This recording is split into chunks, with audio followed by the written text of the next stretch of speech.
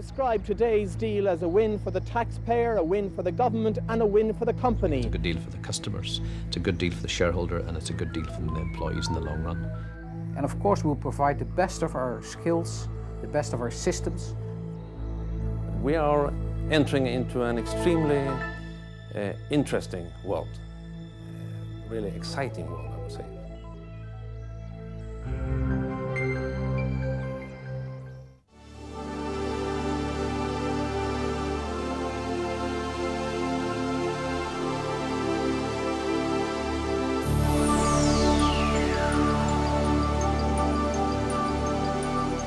I do believe that PTT Telecom and Telia as two companies are a good strategic and cultural fit for really three reasons. The first is that both companies have already, at least in part, been through the same type of transformation that we are now entering, and it's a rather complicated process. So they have accumulated a lot of very valuable experience that will be useful to us or significant benefit to us. The second fundamental reason is that both companies are major owners of part of Unisource, which in turn is linked to AT&T Unisource. And as a result, that provides us with a route in terms of connecting our network in Ireland to a global network. And when we come to the cultural dimension, I think it's fair to say that first, will we get on well with the people? That's the most obvious thing, and that's critically important in any business deal, that people get on with each other. So the chemistry, as I call it, is good. But I think it's also true to say that from a national point of view, the national Irish culture is actually a lot of commonality with that of the Swedes and the Dutch. And so that personal relationship and chemistry coupled with I think our compatible cultures, I think it's very good, very positive.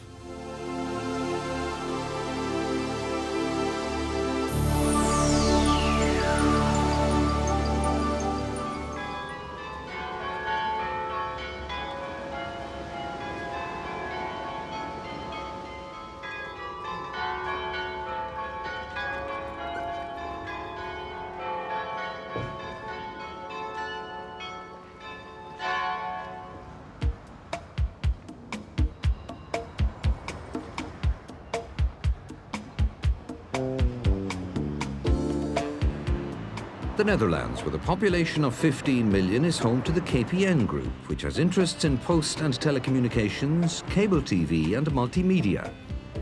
The state owns a minority 45% stake in the group, which is now listed on both the Amsterdam and New York stock exchanges. KPN's activities are carried out by a number of operating companies. PTT Telecom is the group's telecommunications subsidiary and accounts for around 70% of group sales.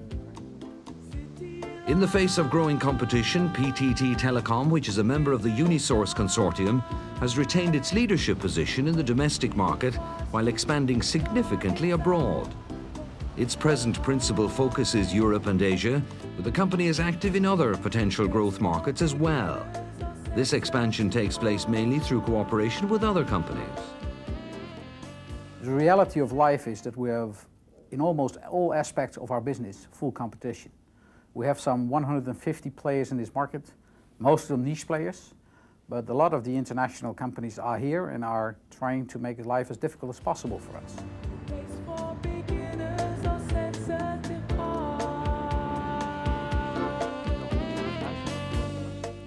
Here at the business center we sell high technical mobile phones, we sell big centrals. Each week we have 550 visitors. Most of all business customers or also private customers who are coming here for advice. I think that Ireland is extremely important as a market. Not so much maybe for the sheer size of the market itself, but of its strategic location. It's well known that if you sail from the US to Europe, the first place to reach is Ireland. And of course we'll provide the best of our skills, the best of our systems. We'll provide access to Unisource. We'll provide access to our worldwide connectivities. But I would say the basic element of what we provide is the willingness to work together. I think that if you are innovative in your services, if you are willing to take chances, that there is a lot of extra potential in the marketplace. KPN does a lot of research to find a solution for which of the interactive services are of use to the public. The main features of the smart card It enables people to pay for the telephone, to pay for parking, to pay for the bus. And the main advantage to the people of all this is that it makes life easier because they can use the card instead of cash. In the future, it will enable the public to make use of lots of other kind of services. Moreover, it will be able to reload the card not only at the telephone boxes but also in the home. If I am a multinational corporation, I will find in a couple of years' time Microsoft or Oracle or IBM perfectly capable of handling all my communications, and they are already there on the desktop. If I am a consumer, I will find that BSkyB or any other TV provider will be perfectly able through a digital platform to provide my telecommunication services as well. At the same time, we are in a perfect position since we have the relationship with all those consumers and all those businesses to provide a full range of service. The market will be unforgiving. They will see and judge based on two elements. What do you offer me, for what price, and what do I feel? What type of emotion do I feel when I do business with you? Well, the problem is that when I'm on the phone, the line is cracking and I couldn't understand the other people. So I called PTT Telecom and they sent this man, and within 4 hours he's here. So he's helping me out. I hope. Look though. Adapt. Make sure that your costs go down. Make sure your innovation goes up. Make sure your determination to be a winner goes up. Make sure that your customers understand you.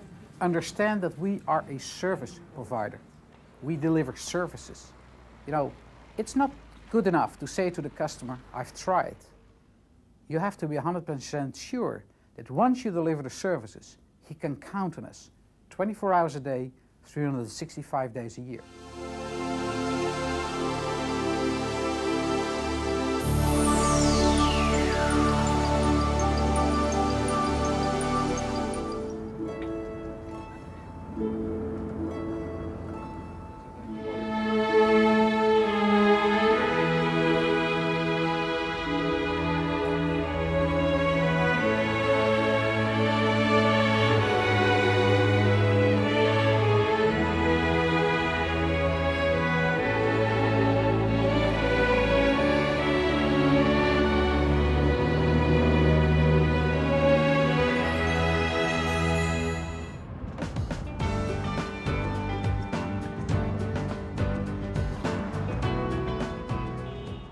Sweden, with a population of more than 8 million people, is among the most deregulated telecommunications markets in the world and has one of the highest penetration rates for telephone usage.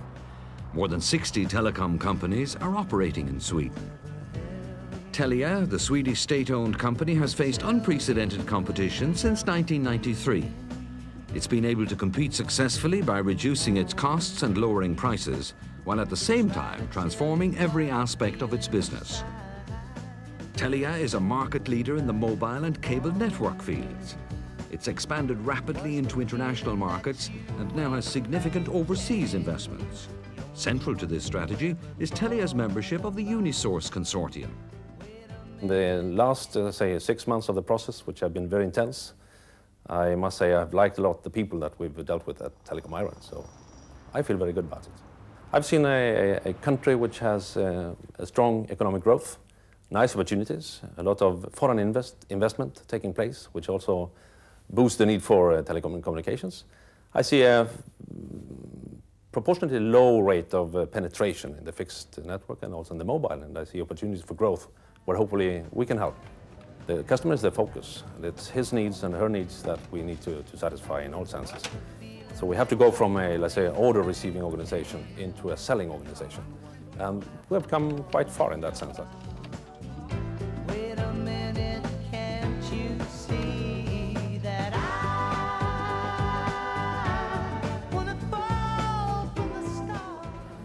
Here in customer service, we deal with 1.6 million customers, and the inquiry time is 8 minutes, and then you have your telephone directly. We are now delivering a new connection at the date and the hour that you as a customer ask for. If you call us today, we will be able to deliver tomorrow.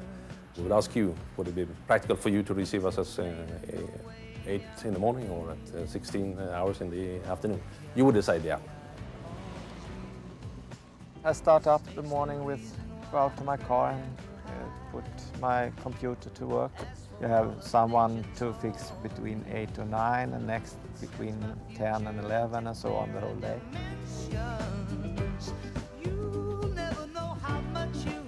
In Telia we always get the customer in the first because they pay us, and if we can't manage at the time we have set up for them, we have to make them some offer like a discount or something. Competition here since the 1st of July 93 is really intense. We have some 60 different operators, which we have tried to confront through speed of action, trying to re-engineer our processes to be quicker in our activities, overall, quicker. The other thing is focus on sales rather than order receiving. So the selling effort is very important. The third one is naturally cost, to be cost effective. Telia got really the best cost-effective and best operation in the Nordics and Baltic area. If you want to be in this business, you have to buy and sell capacity to get low costs and also to fill up your own network. You will note also in Telecom Ireland that where we need new, let's say, strengths is in the sales area, marketing, and all kinds of data, let's say, skills are needed. So if we could redirect some of the, let's say, existing competence into more of these wanted areas, there's a good hope also for individuals to be able to take part in this new time. We are entering into an extremely interesting world, really exciting world, I would say, with all new opportunities. And I would like to stress the word opportunity. As an organization, we have an opportunity to deliver new services to our customers, to fight off competition, to win the battle, and really have, let's say, an interesting and challenging life.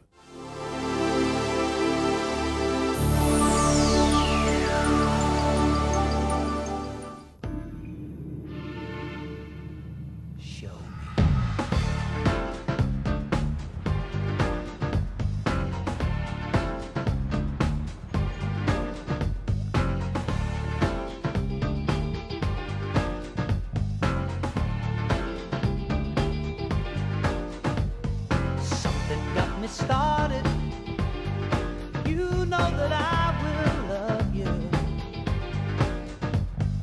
Lately since we parted, I truly know that There are 5 main benefit areas that we can clearly identify. And the first is an influx of cash, an inflow of cash from the sale that helps us reduce our debt.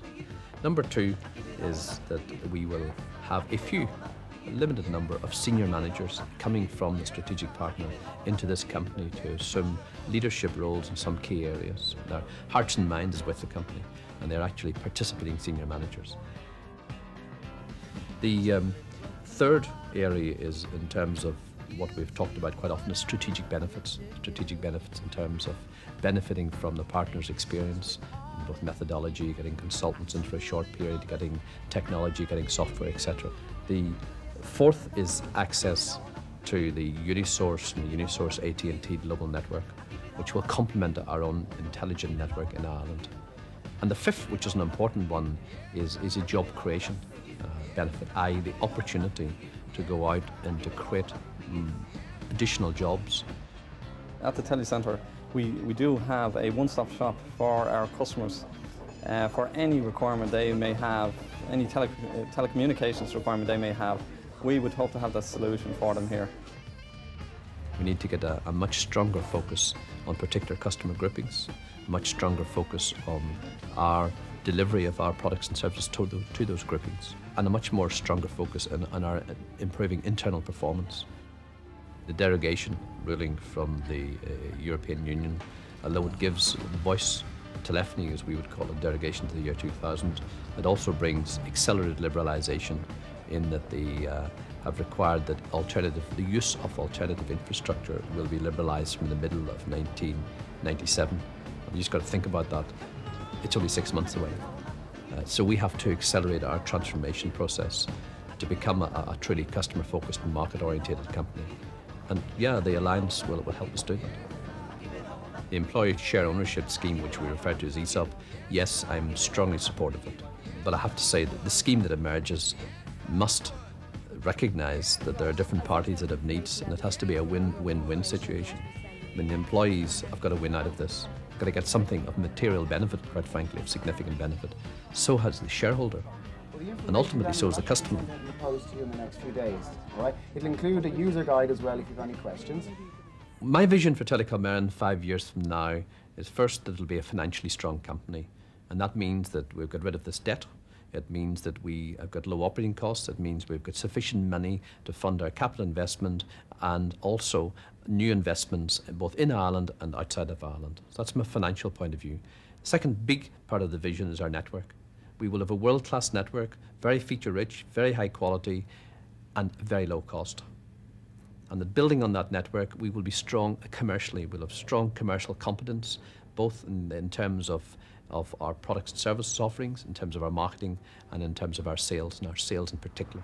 Whatever we sell, we've got to deliver well. So the next part of the vision is customer service, a very high quality delivery system in terms of installation, repair, etc., etc. Coupling that in the final piece of that equation is prices. We've clearly got to have a company that's got competitive pricing, which in effect means that we offer value for money to our customers and we're about the same range as our competitors.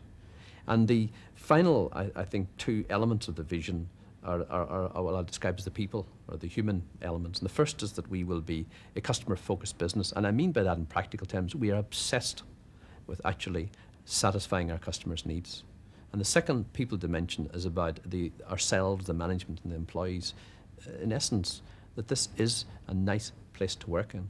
There's a buzz about it, it's successful, and both management and staff actually do like coming to work and like the place.